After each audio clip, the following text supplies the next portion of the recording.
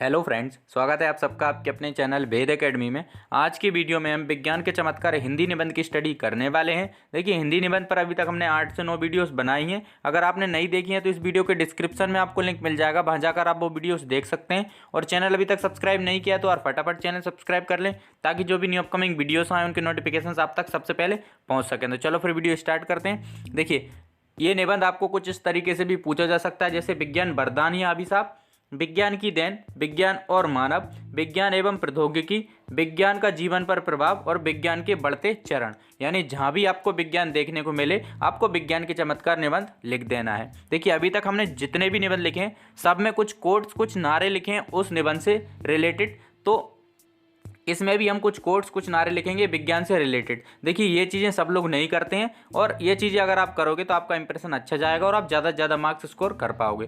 तो चलो फिर स्टार्ट करते हैं। सबसे पहले रूपरेखा लिखते हैं। रूपरेखा लिखते टाइम एक बात याद रखनी है, जितने पॉइंट की आप रूपरेखा लिख रहे हैं उतने ही पॉइंट की आपको अंदर डिटेलिंग भी करनी है। ऐसा नहीं है कि रूपरेखा आप 10 पॉइंट लिख दे रहे हैं और अंदर आपने 6 पॉइंट की डिटेलिंग करी है। ये चीज़ आपको अवॉइड करनी है। तो पहला पॉइंट है हमारा प्रस्तावना, दूसरा विज्ञान की देन, तीसरा चिकित्सा के क्षेत्र में, चौथा कृषि के क्षेत्र में, पांचवा मनोरंजन के क्षेत्र में, छठवा आवागमन के क्षेत्र में, सातवां संचार के क्षेत्र में, आठवां हमारा शिक्षा के क्षेत्र में, और नवा अभिशाप, और 10वां उपसंहार। इसका फटाफट स्क्रीनशॉट ले लीजिए, फिर हम आगे बढ़ते हैं।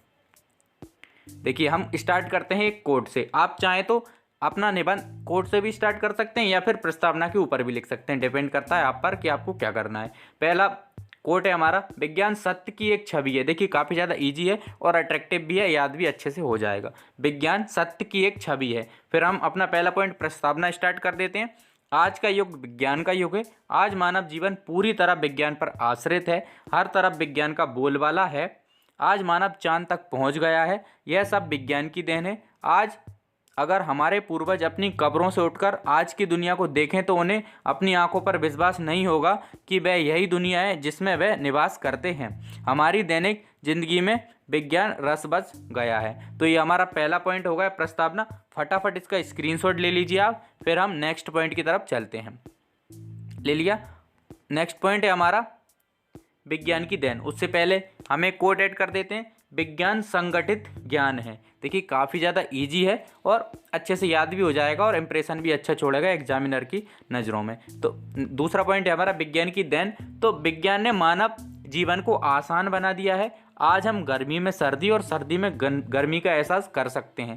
आज हम टेलीफोन की सहायता से हजारों किलोमीटर दूर बैठे व्यक्ति से बात कर सकते हैं, उसे देख सकते हैं। कुछ ही पलों में देश से विदेश जा सकते हैं। कई क्विंटल वजन एक जगह से दूसरी जगह ले जा सकते हैं। आज हमने विज्ञान की सहायता से चांद पर कदम रख दिए हैं। देखिए, दूसरा पॉइंट है हमारा विज्ञान की देन। इसका भी आप स्क्रीनशॉट ले लीजिए, फिर हम आगे बढ़ते हैं।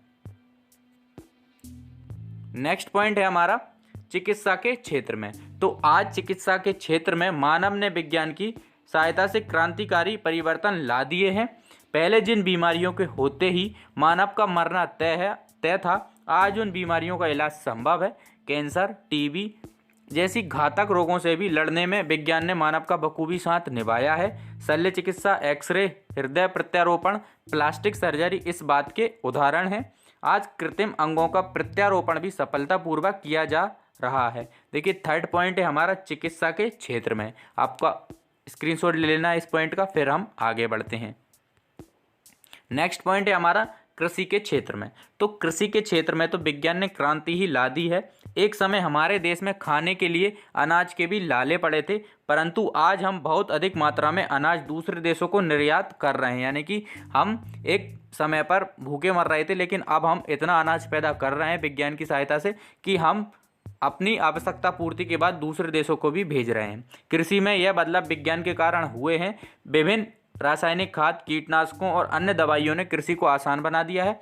आज कई एकड़ जमीन ट्रैक्टर की सहायता से कुछ घंटों में किसान बो सकता है और कुछ घंटों में हार्वेस्टर की सहायता से उसे काट भी सकता है। तो कृषि एकदम ईजी हो गई है साइंस की मदद से।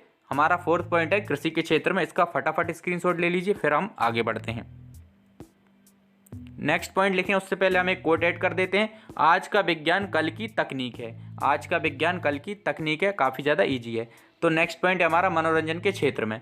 तो विज्ञान ने आज के मानव को मनोरंजन के साधन भी प्रचुर मात्रा में उपलब्ध कराए हैं, यानी कि काफ़ी ज़्यादा मात्रा में विज्ञान ने मानव को मनोरंजन के साधन उपलब्ध कराए हैं। Cinema, radio, television, tape recorder मनोरंजन के सुलभ तथा मनभावक साधन हैं। मोबाइल की खोज ने मनोरंजन के क्षेत्र को नई ऊंचाइयां प्रदान की है।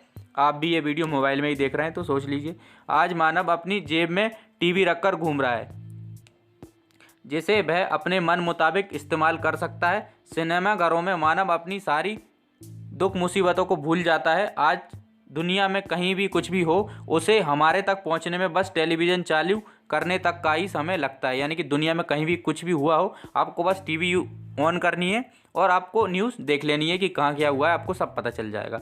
तो ये हमारा मनोरंजन के क्षेत्र में, इसका भी स्क्रीनशॉट ले लीजिए, फिर हम आगे बढ़ते हैं। नेक्स्ट पॉइंट हमारा है आवागमन के क्षेत्र में। पुराने समय में यात्रा करना बहुत ही कष्टप्रद होता था, लेकिन वैज्ञानिक आविष्कार के द्वारा आज रेल, मोटर तथा वायुयानों के माध्यम से मानव संपूर्ण विश्व की यात्रा कुछ ही घंटों में पूरी कर सकता है। एक देश से दूसरे देश का सफ़र भी आज कुछ घंटों की बात रह गई है। तो हमारा 6th पॉइंट है आवागमन के क्षेत्र में, इसका आप स्क्रीनशॉट ले लीजिए, फिर हम आगे बढ़ते हैं। 7th पॉइंट है हमारा संचार के क्षेत्र में। तो संचार के क्षेत्र में भी विज्ञान ने अभूतपूर्व उन्नति की है। टेलीफोन, टेलीग्राम तथा टेलीविज़न के द्वारा हम घर बैठे ही संपूर्ण देश के लोगों का हाल जान सकते हैं। मोबाइल के आविष्कार ने संचार के क्षेत्र में क्रांति ला दी है। तो ये हमारा होगा 7th पॉइंट संचार के क्षेत्र में, इसका आप स्क्रीनशॉट ले लीजिए, फिर हम आगे बढ़ते हैं। 8th पॉइंट है हमारा शिक्षा के क्षेत्र में। जब कोरोना के चलते सारे स्कूल कॉलेज बंद थे, तब भी पढ़ाई सुचारू रूप से जारी रही। यह एक शानदार उदाहरण है कि विज्ञान ने शिक्षा में क्या योगदान दिया है। मोबाइल, कंप्यूटर, टेलीविज़न, रेडियो के माध्यम से पढ़ाई जारी रही हमारी कोरोना के टाइम पर, और आगे भी ये पढ़ाई जारी रहने वाली है इन साधनों के थ्रू। आज विज्ञान ने पढ़ाई को बहुत आसान कर दिया है। पहले बच्चों को अच्छा शिक्षक ढूंढना पड़ता था, परंतु आज अच्छा शिक्षक सिर्फ एक क्लिक दूर है। आपको बस किससे पढ़ना है आपको डिसाइड कर लेना है और उसकी वीडियो से आप पढ़ सकते हैं। तो ये विज्ञान के थ्रू ही संभव हो पाया है। तो ये हमारा योगदान है शिक्षा में विज्ञान का। तो शिक्षा के क्षेत्र में इसका आपको स्क्रीनशॉट ले लेना है, फिर हम आगे बढ़ते हैं। नेक्स्ट पॉइंट लिखें उससे पहले हमें कोट ऐड कर देते हैं कि विज्ञान मानवता के लिए सुंदर उपहार है, हमें इसे विकृत नहीं करना चाहिए। काफ़ी ज़्यादा इजी है। नेक्स्ट पॉइंट है हमारा अभिशाप। तो हर वस्तु के दो पहलू होते हैं। देखिए, कोई भी वस्तु हो उसके दो पहलू होते हैं, अच्छा और बुरा। डिपेंड हम पे करता है कि हम उसे कैसे यूज़ कर रहे हैं। अगर हम उसको अच्छे वे में यूज़ करेंगे तो वो हमारे लिए अच्छी चीज़ हो जाएगी, अगर बुरे वे में यूज़ करेंगे तो वो हमारे लिए बुरी चीज़ हो जाएगी। साइंस भी वही है। देखिए, साइंस हमें अच्छी चीज़ दे रही तो उसके साथ साथ बुरी चीज़ें भी दे रही है। एक और जहाँ वरदानों का जाल बिछा रहता है, वहीं दूसरी ओर अभिशापों की काली छाया भी मंडराती है। विज्ञान द्वारा आविष्कृत अभिशाप के साधन अनगिनत हैं। देखिए, विज्ञान ने कई अच्छी चीज़ें भी हमें दी हैं तो कुछ बुरी चीज़ें भी दी हैं। देखिए, हर चीज़ के दो पहलू होते हैं, अच्छे और बुरे।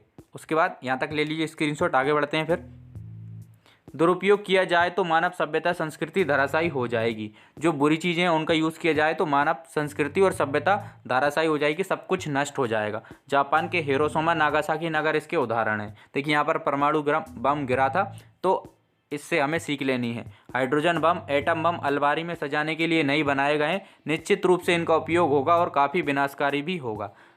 देखिए, मैंने बोला था कि हर चीज़ के दो पहलू होते हैं, अच्छा और बुरा।